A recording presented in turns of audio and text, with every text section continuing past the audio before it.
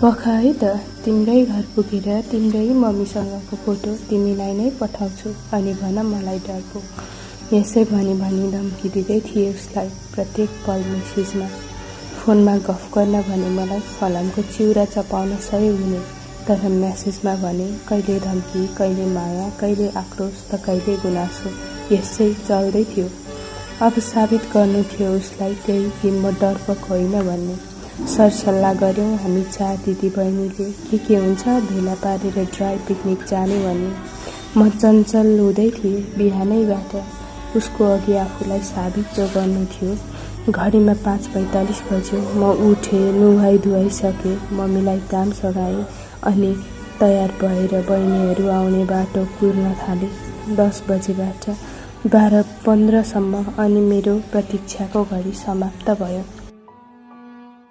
मूल बाटोमा भेला भएर लाग्यौं उकालो उसको गाउँ। ठाडो बाटो, त्यहीमाथि उकालो, फुर्ती भएर अघि बढ्यौं।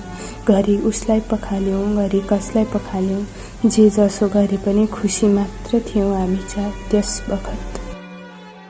जस्तो सुकै घाम पानी र अभावमा साथ दिएका ती घरहरू अब भने जीर्ण अवस्थामा मालिक आउने बाटो कुरेर बसिरहेको थियो। त्यो देख्दा अत्यन्त दुखी लाग्यो। तर पख है छिट्टै आउँछन्, तिम्रो सम्झनाले डोर्याएर तिम्रा मालिकहरू भनेर ढाडस दिन भने सकिएन।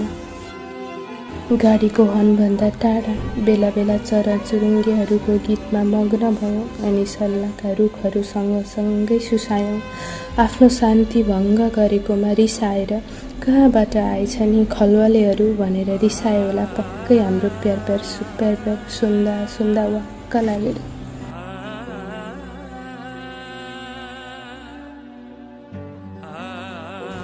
सही समय, सही ठाउँ अनि सही साथ भए सबै सही हुने। यात्रा एकदमै अविस्मरणीय बन्यो। सहयात्रा गर्ने सबैमा स्नेह छ।